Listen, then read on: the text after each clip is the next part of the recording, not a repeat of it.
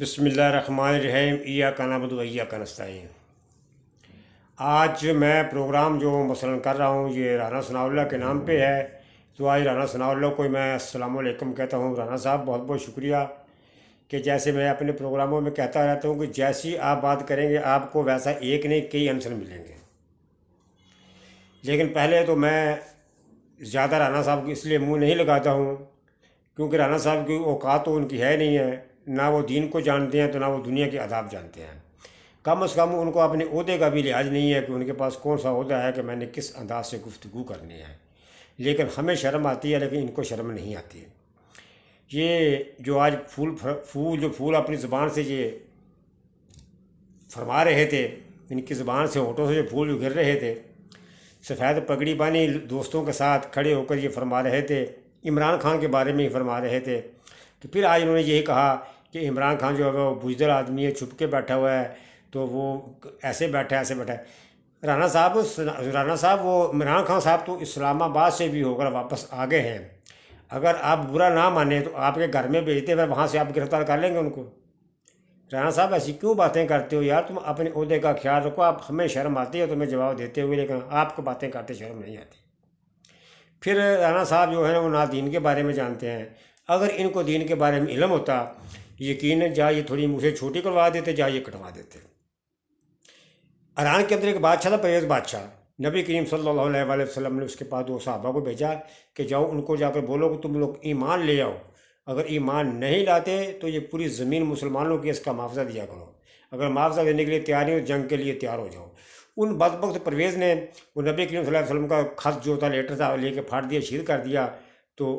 صحابہ کرام واپس آئے تو آگے کہا تو آپ نبی کے صلی اللہ علیہ وسلم نے اس کے اوپر یعنی کہ لعنت بھی بھیجی، اس نام کے اوپر برا بلا بھی کہا۔ پھر اس بادشاہ نے 2 آدمی بھیجے کہ جاؤ دیکھ کر آؤ جا کر۔ جب وہ مدینہ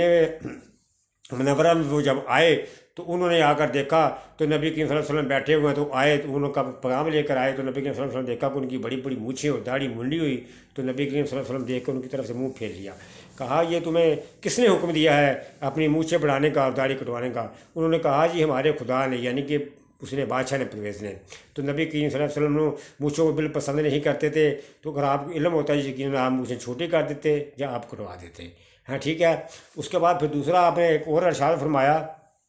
سن لیں آپ میرے لیے محترم ہیں، وزیر داخلہ ہیں، بابا بہت بڑی بلا ہے، مجھے تو آپ کی مونچھوں سے بھی ڈر لگتا ہے۔ بہرحال آپ نے فرمایا، آپ نے کہا جی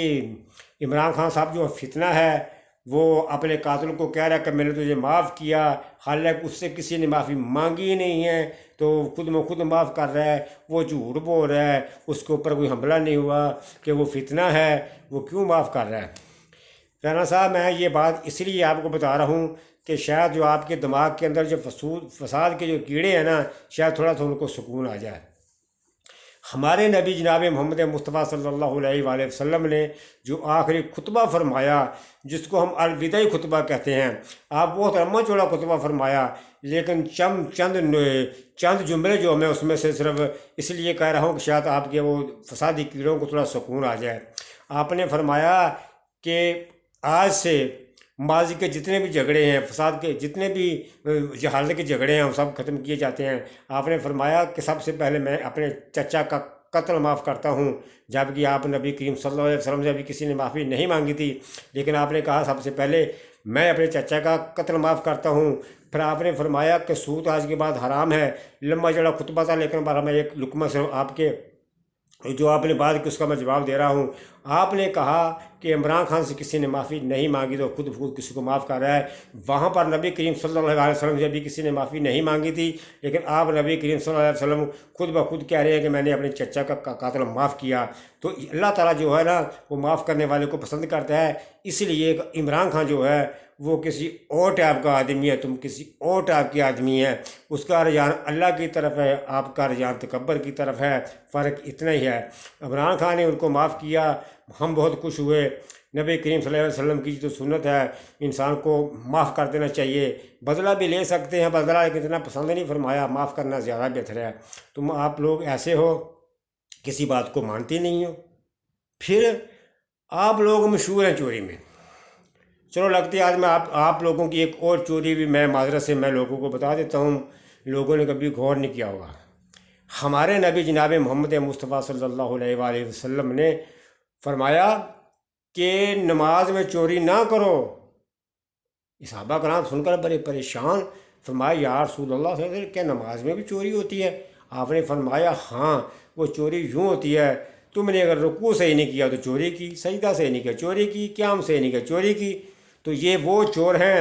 اگر کوئی کہتا ہے تو میں ان کی کلپ 2-4 لوگوں کو چلا کے میں دکھا سکتا ہوں، ان کو یہ نماز کے بھی چور ہیں، یہ نماز میں بھی چوری کرتے ہیں، ان کی کبھی نماز پڑھتے ہو دیکھو، یہ وہاں کے بھی چور ہیں، یہ یہاں کے بھی چور، یہ وہاں کے بھی چور، یہ ادھر کے بھی چور، یہ ادھر کے بھی چور، یہ آگے کے بھی پیچھے کے بھی، ہر طرح کے یہ چور ہی چور ہیں۔ پھر یہ ایسے اللہ والے ہیں، یہ جو انہوں نے پی ٹی ایم جو انہوں نے بنائی ہوئی ہے، اس کے اندر بہت سارے لوگ ایسے موجود ہیں، ان کے اندر بہت سارے لوگ ایسے موجود ہیں، کچھ لوگ موجود ہیں، سب کی نے کہا بات کر رہا، اچھے بھی لوگ ہیں، لیکن جو اچھے لوگ ہیں وہ کچھ ان کو چھوڑ کر چلے گئے اور جو کچھ چھوڑنے کی تیاری کر رہے ہیں۔ جو پی ٹی ایم انہوں نے بنائی ہے، ان کی میں اگر غلط کہہ رہا ہوں تاریخ اٹھا کے دیکھ لو۔ کسی دور میں جب یہ الیکشن کمیشن کے پاس جاتے تھے ان کے اندر سے لوگ پی ٹی ایم کے، تو الیکشن کمیشن نے اگر ان سے کوئی سوال کیا، کسی کو بولا یار دوسرا کلمہ سنا، انہوں نے کہا یہ وہ کیا ہوتا ہے، کسی کو بولا جی دعائیں کرو، ہمیں تو نہیں آتی۔ یہ ایسے تو جو اللہ والے لوگ ہیں یہ ہر طرح یعنی کہ یہ بے ایمانی کرتے ہیں، صرف انہوں نے پاکستانی عوام کو بس آج تک بیوہ کو الو بنائی رکھا ہے، لیکن ان کو پھر بھی شرم نہیں ان کو آئی کہ پاکستانی عوام کو لوٹتے رہتے ہیں۔ پھر دیکھو ہر آئے دن ان کے ساتھ کوئی نہ کوئی ہوتا ہے۔ ابھی یہ وہاں کیا کہتے ہیں، وہ راجن پور کا جو الیکشن ہوا ہے، یمنی انتخابات ہوا وہاں پہ، ان کو شرم نہیں آتی، شیشہ کیوں نہیں دیکھتے، آئینہ کیوں نہیں دیکھتے، کیا ہوا ہے، عوام نے کیا کیا ہے؟ پھر یہ کہتے ہیں یار وہ تو سیٹ ہی، کسی نے سوال کیا ان سے، انہوں نے کہا جی وہ سیٹ جو پی ٹی آئی کی تھی۔